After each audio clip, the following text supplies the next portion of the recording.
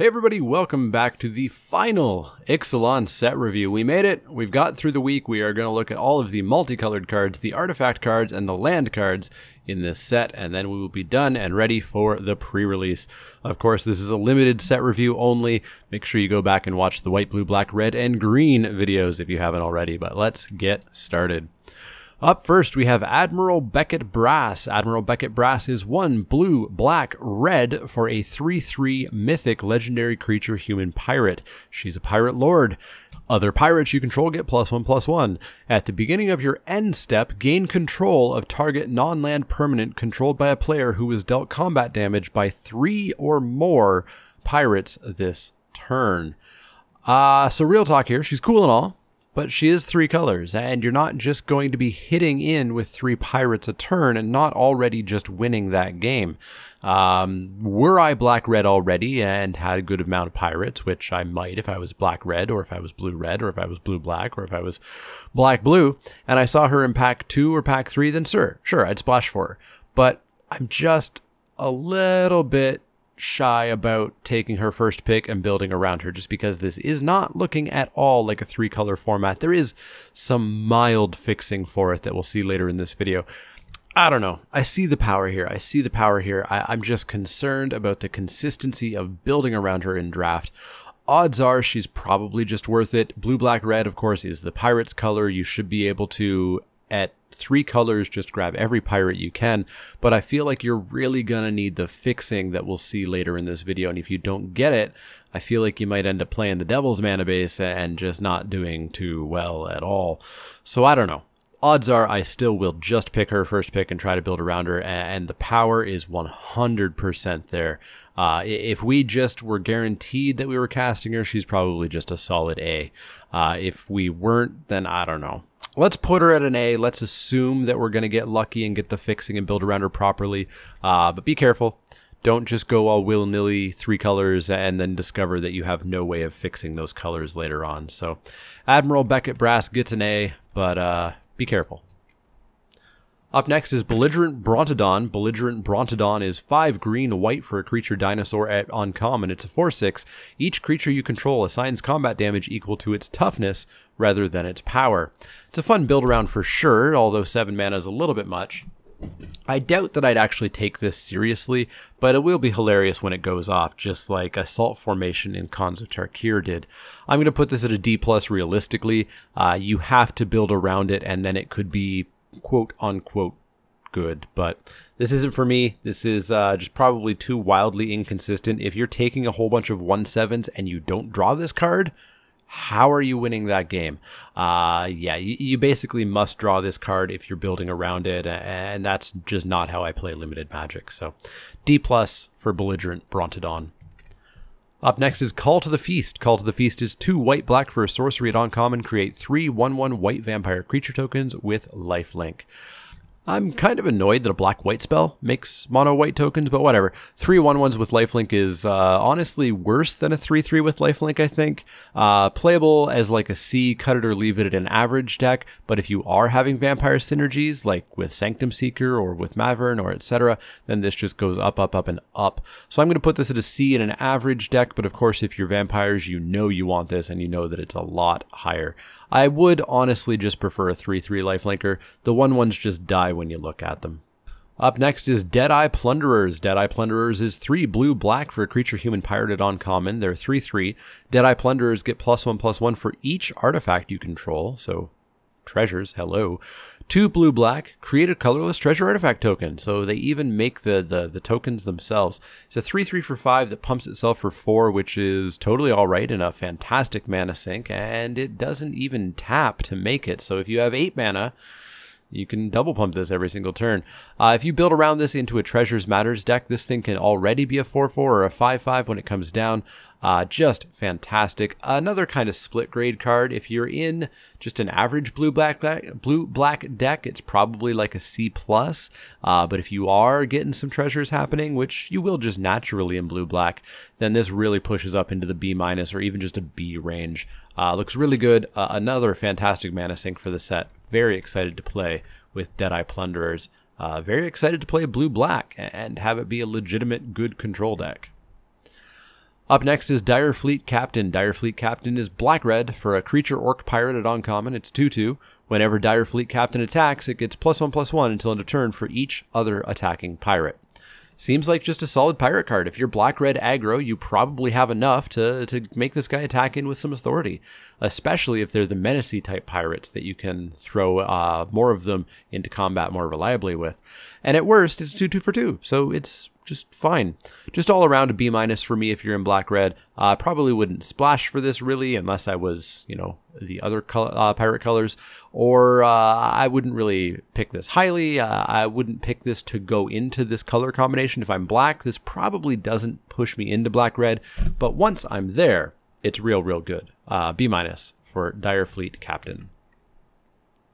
Up next is Gishath Sun's Avatar. Gishath Sun's Avatar is 5 red, green, white for a legendary creature dinosaur avatar at Mythic. It's a 7/6 with trample, vigilance, and haste. Whenever Gishath Sun's Avatar deals combat damage to a player, reveal that many cards from the top of your library. Put any number of dinosaur creature cards from among them onto the battlefield, and the rest on the bottom of your library in any order. In my mind, this is probably just commander only. Unlike Admiral Becket Brass, who's only 4 mana, here we're talking about 8 mana in 3 colors, and I don't know about this. Odds are I'll just first pick it anyways. It's going to have some value to it, and it'll be a fun draft to try to build around it. But the consistency has me real worried. If you get it down though, boy, you should probably just win. On board, it's like an A+. But in the grand scheme of things, I just don't know. I'm gonna keep this at like a B-, just because the consistency of getting this out really worries me. But know that if you do get it out, it's gonna win. So, Gishath, we'll see how you do. We'll see how you do. Up next is Hostage Taker. Hostage Taker is 2 blue-black for a creature human pirate at rare. It's a 2/3. When Hostage Taker enters the battlefield, exile. And there's a word missing here. Another. This card does say another, even though it's not printed on the card, just be aware. Target artifact or creature until Hostage Taker leaves the battlefield. You may cast that card for as long as it remains exiled, and you may spend mana as though it were any mana, or rather, as though it were any color, any type, actually, sorry, to cast that spell. Yeah, Hostage Taker looks just fantastically solid. It's a 2/3 for 4, which isn't the best, but it Oblivion Rings something, and then you steal that something. It's like an Oblivion Ring and a Gaunty and a 2/3 all built into one. There's no way I'm not first picking this. It's removal. It's just a solid card. Yeah, super excited to play Hostage Taker. Yeah, I can't go infinite with it by itself, but no, that wasn't gonna do anything anyways. Yeah, Hostage Taker looks real good. Just solid A. Up next is our next Planeswalker, Huatli Warrior Poet. Huatli Warrior Poet is 3 red-white for a legendary Planeswalker, Huatli. She's a mythic, and she starts with 3 loyalty. You can +2 her. You gain life equal to the greatest power among creatures you control. You can 0 her, create a 3/3 green dinosaur creature token with trample. That's pretty good. And you can -X her. Huatli Warrior Poet deals X damage divided as you choose among any number of target creatures. Creatures dealt damage this way can't block this turn. Those other 2 abilities really make up for the rather mediocre +2. 5 mana for a 3 loyalty Planeswalker is below rate. There is sort of a vanilla test for Planeswalkers. I like to see however much mana I'm paying being their starting loyalty, and she is below it. But Huatli's ability to simply end the game by making an opponent's board unable to block is huge. She can defend herself with the 3/3s. If you want to gain some life, you can gain some life, and then just simply pinging every creature your opponent has and making them unable to block will end the game. I don't think she instantly wins the game, so she's not exactly a snap A+, but she is a solid A. You do, of course, need to have the board state to end the game, but she helps you by making those 3/3s. Huatli looks fantastic. I'm never not first picking her. I'm never not playing her. She will end games, even if it does take a few turns to get there. Up next is Marauding Looter. Marauding Looter is 2 blue-red for a creature human pirate at uncommon. She's a 4/3 with Raid. At the beginning of your end step, if you attacked with a creature this turn, you may draw a card. If you do, discard a card. A 4/3 for 4 is fine, and getting to loot every turn you attack with any creature is just solid. She, of course, does not have to be the one that attacks. This probably isn't a first pick, but it's likely strong enough for me to take once I'm looking at even one of these colors. It will push me into this color combination. And if there's a blue-red spells deck in the format, or if there's one when the next set comes along, she's going to be a great include for it. So Marauding Looter, solid B. Very happy to play that card every time. Up next is Raging Swordtooth. Raging Swordtooth is 3 red-green for a creature dinosaur uncommon. It's a 5/5 with trample, and when Raging Swordtooth enters the battlefield, it deals 1 damage to each creature. So it's a 5/5 for 5 with trample, which is solid. We were already talking about charging Monstrosaur in red, having that plus haste. Having a potential upside or downside or neutral side is pretty fine as well. Obviously, you don't play this if you're coming out worse for wear, if you're demolishing your board of 1/1s and you're not hitting your opponent's X1s. But it's going to be hard to be worse for wear when you have a 5/5 trample along with it. Playing this post-combat with some creatures of your opponents having near-lethal damage is going to be a complete blowout as well. I doubt you take this first pick, but I think you do take it the second that you are red or green, and then head into those colors. Raging Swordtooth, solid B. Up next is Regisaur Alpha. Regisaur Alpha is 3 red-green for a creature dinosaur at rare. It's a 4/4. Other dinosaurs you control have haste. When Regisaur Alpha enters the battlefield, create a 3/3 green dinosaur creature token with trample, and obviously with haste. Now, when I first read this, I thought it was a 7/7 haste for 5, but no, Regisaur Alpha gives other dinosaurs haste, so it's not hasty, but still, this is a 7/7 for 5. That is really, really, really, really good. And the fact that 3/3 of it is going to be hasty, and if you have any other dinosaur synergies going, it's going to be even better. It is relatively vanilla, though. The 3/3 does have trample, but other than that, it is somewhat vanilla. Still, it just seems really, really, really good. I've got this at like a B+. I'd probably first pick this and just jump right into red-green. And of course, if I get past this and I'm red or green, well, then my color combination has been decided for me. Solid B+ for Regisaur Alpha.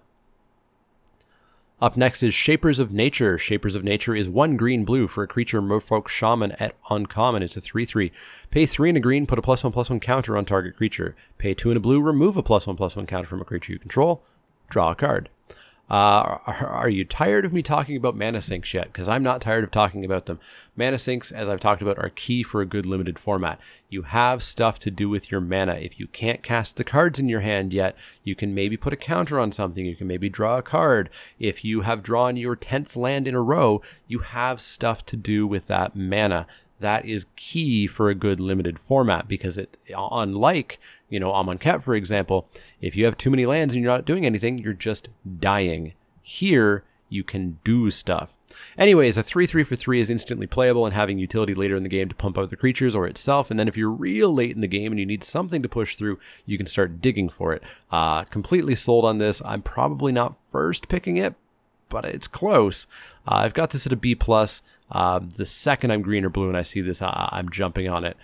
Very, very, very good card. Up next is Skyterror. Skyterror is red-white for a creature dinosaur at uncommon. It's a 2/2 flying menace. This is just totally fine, always playable C+. I'm not sure if the menace is that important on it because it's already flying. Obviously, it shuts down your opponent's singular creature-based answer to your flyer, but I'm just not sure how often that's going to be extraordinarily relevant. I'm not down on the card, I just don't think it's any better than a solid always play at C+. You don't first pick it, you don't go red-white because you saw it, but if you are red-white and you see it in Pack 2 or Pack 3, you're going to snap pick it there. So, C+ for Skyterror. Up next is Tishana, Voice of Thunder. Tishana, Voice of Thunder is 5 green-blue for a legendary creature Merfolk Shaman at Mythic. It's a star. Tishana, Voice of Thunder's power and toughness are each equal to the number of cards in your hand. You have no maximum hand size. When Tishana enters the battlefield, draw a card for each creature you control. This could be a 1/1 for 7 that draws a card. Just be aware of that, and that's real, real, real bad. This is probably just too much of a win more card for me. If it's late in the game and you can just cast it and you have a sizable hand, you're probably winning. If you have a large board state, you're already probably winning. It's powerful for sure, but I do think it's just too win more-ish, and it's just too underpowered if you don't already have a great board state.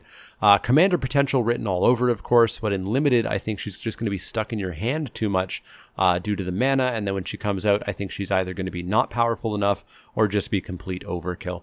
Still, I'm happy to be proven wrong on her. I'm going to start her at a B-. The power is certainly there, but the variability is also there. So B- for Tishana, Voice of Thunder.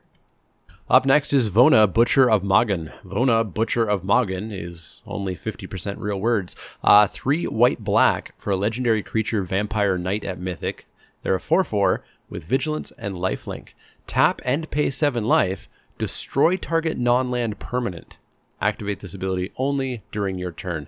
This is something. This looks fantastic. A 4/4 Vigilance Lifelink for 5 is already very, very playable. Getting to just flat out kill something after attacking because of Vigilance, maybe every couple turns or so, or more often if you're already flush with life, is just going to be an absolute beating. This seems almost busted in Commander, where life totals start higher. I'll be first picking this every single time, and it just seems like a slam dunk A+. Vona, Butcher of Magan, solid A+. Looks fantastic. Our final gold card is Braska Relic Seeker. Braska Relic Seeker is 4 black-green for legendary planeswalker Braska at Mythic. She starts with 6 loyalty. She passes the planeswalker vanilla test. +2, create a 2/2 black pirate creature token with menace. -3, destroy target artifact, creature, or enchantment. Create a colorless treasure artifact token. -10, target player's life total becomes 1. Braska looks good. 6 mana is a lot, but 6 mana walkers have a history of being really good, kind of like Elspeth, for example. And getting 6 loyalty for 6 mana is fantastic. Protecting herself while plussing is a very huge, well, plus. Being able to protect herself by killing something with her minus ability is just crazy. And then if you do get to plus twice, that's all you need, setting your opponent to 1 life while you have 2 2/2 menacers, it's probably just going to be game over. Braska seems fantastic. Another slam dunk A+. I'm never not taking her first. I'm never not forcing black-green, regardless of what's going on at the table, if I've got my hands on a Braska. She looks fantastic. Easily the best planeswalker of this set. So those are the gold cards, and of course that's where a lot of the A's and A+ live in the set, because gold cards are allowed to be more powerful because they're multicolored. But let's move on to artifacts, where a lot of the F's tend to live. Up first, we have Cobbled Wings. Cobbled Wings is 2 generic mana for an artifact equipment. Equipped creature has flying, equip cost of 1. We saw this in, I think, the original Innistrad, I want to say, and I was never impressed by it. It just never really did anything. It might work with dinosaurs here, but I don't know. We'll have to see, and I'll probably give it a try if I do end up in a big stompy dinosaur deck, but I'm going to start this as a D+. I've not been impressed by this in the past, and I imagine that almost always I'm going to be unimpressed by it here. Up next is Conqueror's Galleon. Conqueror's Galleon is 4 generic mana for a 2/10 artifact vehicle at rare. When Conqueror's Galleon attacks, exile it at the end of combat, then return it to the battlefield transformed under your control. Crew 4. If you weren't around for Kaladesh last year, Crew basically means you tap any number of creatures you control with total power 4 or more, and then the vehicle turns on. It becomes the 2/10 creature. If it's not turned on, then it's just an artifact. It doesn't have power, toughness, etc. So when you attack with this, it gets in for 2, it gets jump blocked, whatever happens to it, and then you exile it. You bring it back transformed, which means it's untapped, that's why it exiles, and it becomes Conqueror's Foothold. Conqueror's Foothold is a land that you can tap to add colorless mana to your mana pool. You can pay 2 and tap it to draw a card, then discard a card. You can pay 4 and tap it to draw a card. You can pay 6 and tap it to return target card from your graveyard to your hand. Yeah, a 2/10 Crew 4 for 4 is not something I'm sold on. Obviously, the Conqueror's Foothold changes that quite a bit. It doesn't really matter what the power and toughness is on this. I think it's basically just so stupidly tough that it will live through the attack and you will get the foothold out of it. But it's not an easy crew cost. 4 is a difficult crew cost, as we found from Kaladesh.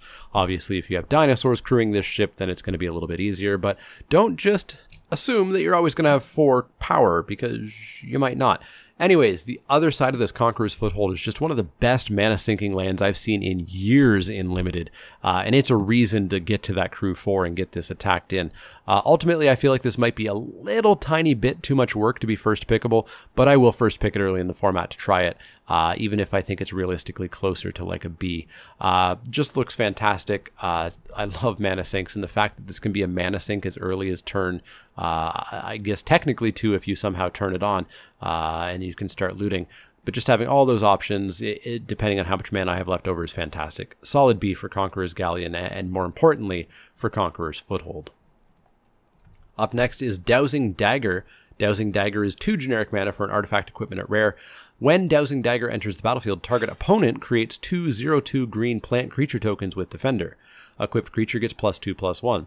Whenever equipped creature deals combat damage to a player, you may transform Dowsing Dagger. Equip for 2 generic mana. So if you do hit with it, what does it become? Well, it becomes Lost Veil, which obviously is very close to Lotus Veil. Tap, add 3 mana of any color to your mana pool.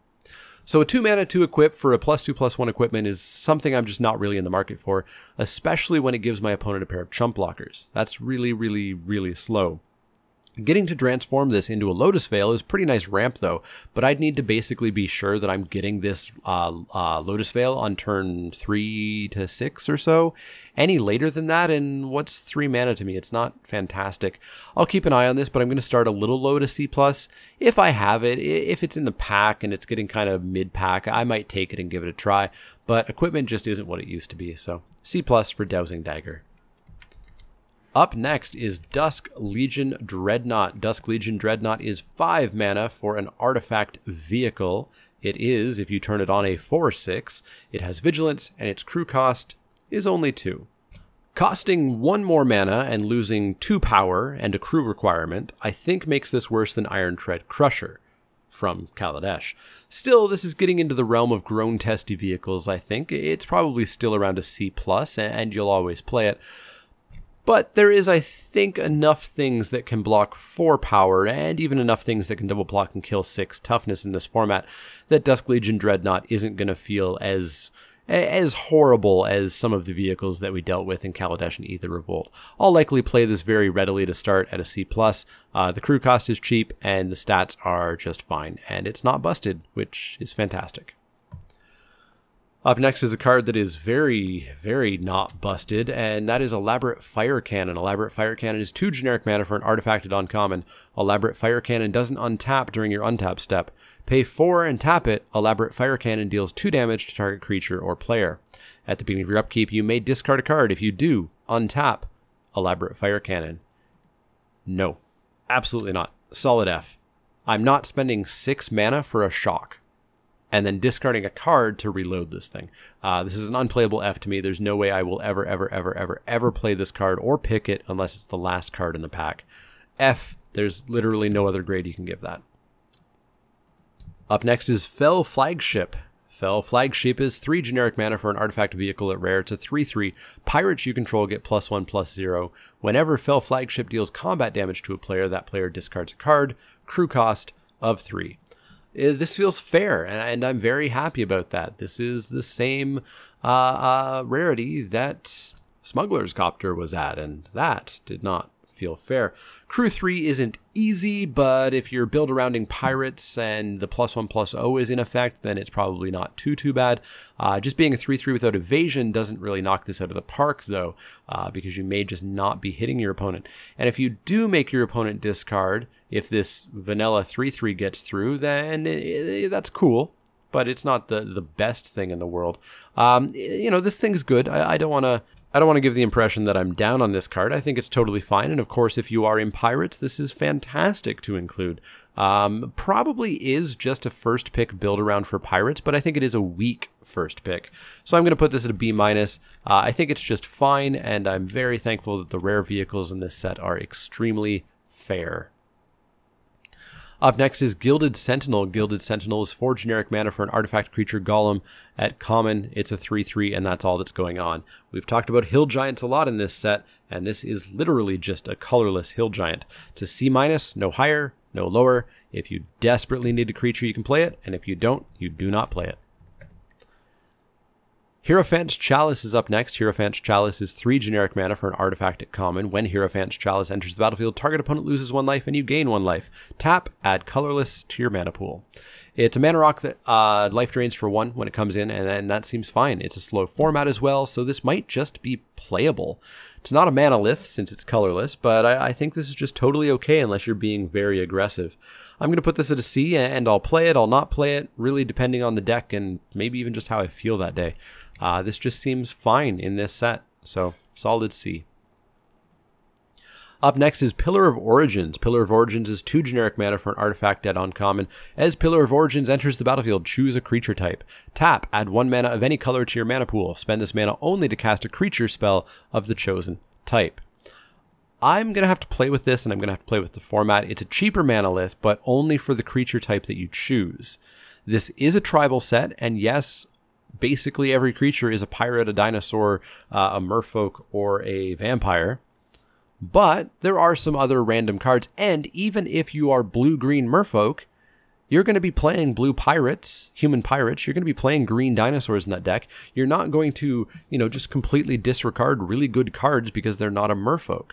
And so I'm not sure, and I'm not sure that I'll be sure until I actually experience it, how often you're going to be in such a tribal deck that this card is actually playable.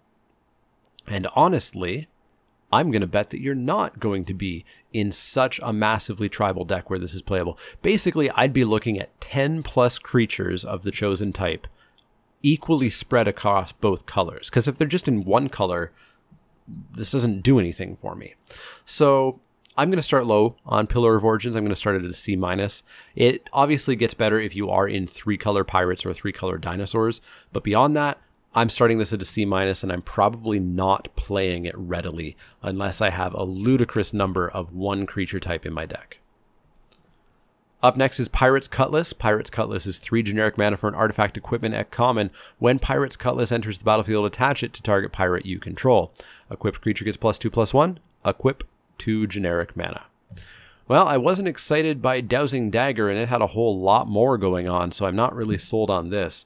I think the obvious recent comparison is Inventor's Goggles, but this is worse in basically every way. You need to have the pirate out before you play this to get the instant equip, and it's a one-time deal, unlike the goggles. The equip cost is 2, not 1. The mana cost is 3, not 1. And in exchange for all those downgrades, you get +2/+1 instead of +1/+2. I'm going to start pretty low on this until I see it being played on the format. I'm going to start it at a very, very, very cuttable C-. Up next is Primal Amulet. Primal Amulet is 4 generic mana for an artifact at rare. Instant and sorcery spells you cast cost 1 less to cast. Whenever you cast an instant or sorcery spell, put a charge counter on Primal Amulet. Then, if there are 4 or more charge counters on it, you may remove those counters and transform it. It becomes Primal Wellspring. Tap, add 1 mana of any color to your mana pool. When that mana is spent to cast an instant or sorcery spell, copy that spell and you may choose new targets for the copy. A really cool card, but I'm just not seeing the payoffs for being in a very heavy spells deck in this set. Maybe when Rivals of Ixalan comes out, we'll get another blue-red Eldritch Moon style Spells Matters deck, but until then, I just don't see playing this card. I see this card as an F. I'm never going to pick this card. I talk about prowess a lot, and I talk about, casting spells, casting non-creature spells a whole lot. And you just don't do it that often in Limited. You usually have maybe 5 to 7 slots for non-creature spells. And this isn't even prowess. This is very explicitly instant and sorcery spells. So I just don't know about Primal Amulet and Primal Wellspring. I don't think the cost reduction is going to help enough for what is otherwise a do-nothing artifact, and I don't think you're going to reliably get to 4 counters on this and flip it into what is then probably a pretty terrible land, because how many instants and sorceries do you have left after casting 4 of them? So I'm totally out on Primal Amulet. I have it at an F. Up next is Prying Blade. Prying Blade is a single generic mana for an artifact equipment at common. Equipped creature gets +1/+0. Whenever equipped creature deals combat damage to a player, create a colorless artifact treasure token. Equip for 2. I'm not playing this card for +1/+0. That's just way too little power to spend a real card on. Getting a treasure when you connect just doesn't feel that good either. If you're getting in, you probably should just be winning, so what's that treasure going to do for you? All in all, this is a pretty mediocre D+ equipment that I just don't see playing, like a lot of equipments in modern limited sets. Up next is Sentinel Totem. Sentinel Totem is 1 generic mana for an artifacted uncommon. When Sentinel Totem enters the battlefield, scry 1. Tap, exile Sentinel Totem. Exile all cards from all graveyards. Sideboard only, and not even a good sideboard at that. This is an Amonkhet. I just don't see a reliable reason to be main decking Graveyard Hate, or ever even really bringing it in from the sideboard. Constructed players are super happy to see this in all formats, unless of course you are a Dredge player, in which case you are very unhappy to see this. But yeah, D-. In fact, probably just an F. Realistically, there's no targets. There's no reason to bring this in. Shadowed Caravelle is up next. Shadowed Caravelle is 2 generic mana for an artifact vehicle at rare to 2/2. Whenever a creature you control explores, put a +1/+1 counter on Shadowed Caravelle. Crew 2. This is basically Sky Skiff, which is kind of weird that this is even at rare. You need a ton of explorers. I'm talking 7 or 8 or more to make this any good. If this becomes a 3/3, I'm still not excited. If at a 4/4, it's okay. Yeah, I just don't see this card being great. I see it at a C-. There's no way I'm first picking this. I'm going to feel pretty bad when this is the rare in my pack. I'm going to cut this pretty regularly, so C-. Up next is Sleek Schooners. Sleek Schooners, 3 generic mana for an artifact vehicle at uncommon. It's a 4/3 with crew 1. That's about as low crew as you can get. At least it doesn't have trample or gain power or counters or something like that. This is a vehicle that I'm totally fine with. Crew 1 is maybe a little bit too good, but this is probably just going to be fine without being overbearing, as thankfully all the vehicles, because this is the last one in this set, are. Probably just a fine, always play it, C+. I wouldn't pick it too highly, but I'd always play it, C+. Up next is Sorceress Spyglass. Sorceress Spyglass is an artifact at rare for 2 mana. As Sorceress Spyglass enters the battlefield, look at an opponent's hand, then choose any card name. Activated abilities of sources with the chosen name can't be activated unless they are mana abilities. This must be more for constructed to hit planeswalkers or something. Just seems way too narrow for me for limited. Sideboard it in if there's a terrible activated ability card that you're terrified of, but otherwise this probably shouldn't make the cut. It's Pithing Needle, which never really makes it in limited. Up next is Thematic Compass. Thematic Compass is 2 generic mana for an artifact at rare. Pay 3, tap it, search your library for a basic land card, reveal it, put it into your hand, then shuffle your library. At the beginning of your end step, if you control 7 or more lands, transform Thematic Compass. It turns into Spires of Orazca. Spires of Orazca is a land that you can tap to add colorless to your mana pool, or you can tap it to untap target attacking creature an opponent controls and remove it from combat, which is basically Maze of Ith, except this is a better Maze of Ith because it taps for mana as well. The Compass seems like really solid mana fixing and maybe even somewhat slow ramp, though I'm not really sure I'm planning on using it like that specifically unless I have nothing else to do with my mana, but boy, when this flips, getting Maze of Ith is a really big game. That shuts opponents down really bad. Maze of Ith, if you haven't played with it, is a fantastic card in Cube Limited. I'm just not going to stop talking about how excited I am about this format. Getting to fog your opponent's best attacker every single turn is just fantastic. The mana sink of getting lands off the front side of this is great. I'm first picking this every time. It seems very strong. B+, it's not a bomb obviously, but it's going to do some serious work. B+. Our final flip card is Treasure Map. Treasure Map is 2 generic mana for an artifact at rare. Pay 1, tap, scry 1. Put a landmark counter on Treasure Map. Then, if there are 3 or more landmark counters on it, remove those counters, transform Treasure Map, and create 3 colorless treasure artifact tokens. It turns into Treasure Cove. Treasure Cove is a land that you can tap to add a colorless to your mana pool, or you can tap it and sacrifice a treasure to draw a card.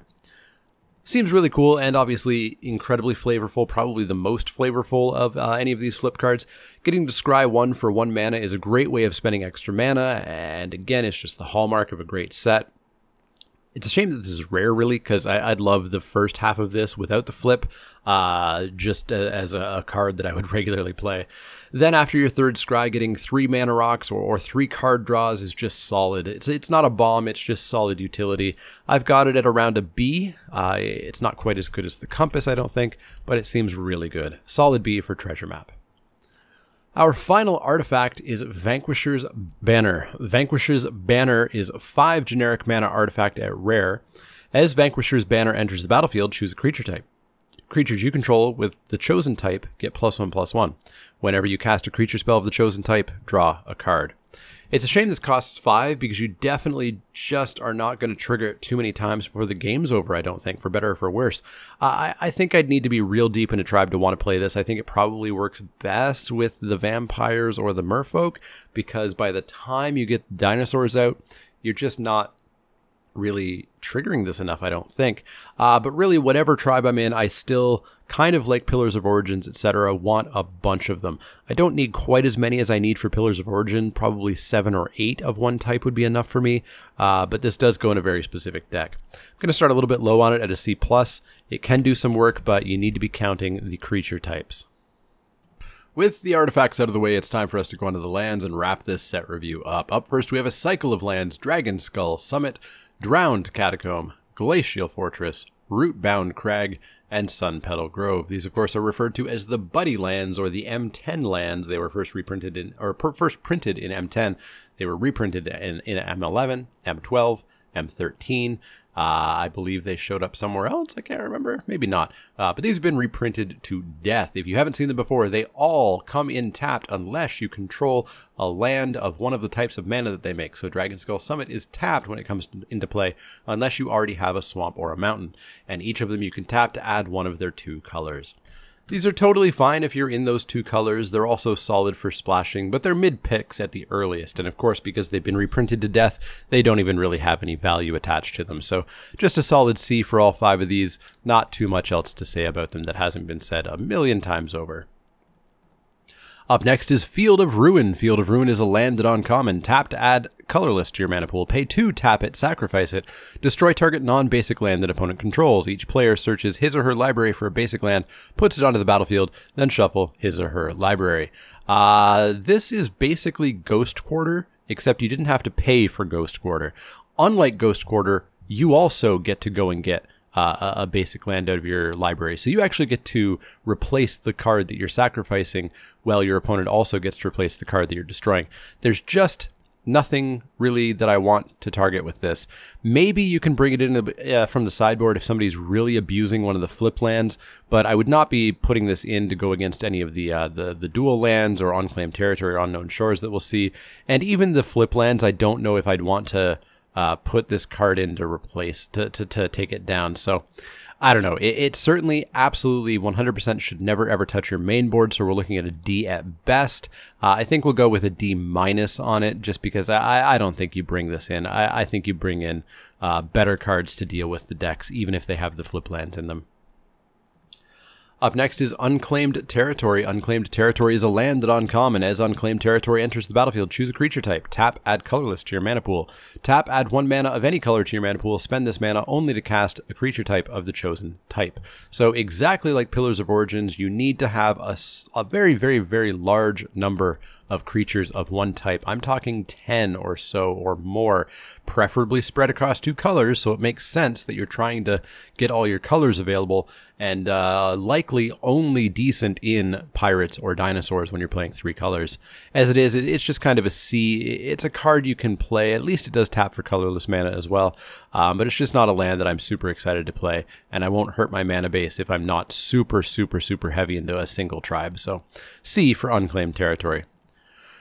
Our final card for the set is one we've seen a few times, Unknown Shores. Unknown Shores is a land that common, tap to add colorless to your mana pool, pay 1, tap, add 1 mana of any color to your mana pool. I don't think you ever really play this in this set. This is really a 2-color set. Yes, there's treasures, and that'll help you splash for bombs and such, and that's kind of cool, but I think realistically, this is a 2-color set. And even in multicolored sets, you still shouldn't play Unknown Shores, because it costs a mana to make a mana, and that's not good. Unknown Shores is when you are desperate for fixing, and you missed out on every other option available. Realistically, it's like a D-. You just really should not be playing Unknown Shores. So that's going to wrap it up for Ixalan. Ixalan looks amazing. It looks like a draft format that I'm really going to super enjoy. It looks like you can block, you can spend mana on stuff. You're not just screwed if you get 1 or 2 lands too many. There's so many things with Explore and etc. to help you get the lands that you need to get. It looks like there's going to be way more real games of Magic happening in this format, and that makes me really excited. Let me know what you think of this format. Are you excited to play pre-release this weekend? Are you playing pre-release this weekend? If you're not, you should. You absolutely should. There's an old video I did, top 10 things to know about pre-release, that you should go and check out if you're wondering about going to pre-release and wondering what might happen there. So check that out. As always, if you have any questions, comments, or suggestions, you can find me on Twitter at @TheManaLeek. That's L-E-E-K, like the vegetable, not the card. You can also find me at Facebook.com/TheManaLeek, Twitch.tv/TheManaLeek, and Patreon.com/TheManaLeek if you want to become a backer there. If you like the content, click that thumbs up button. Click subscribe if you want to see more. Set review is done, but we've got pre-release recaps coming. We've got a crack-a-pack of an Ixalan pack next Tuesday.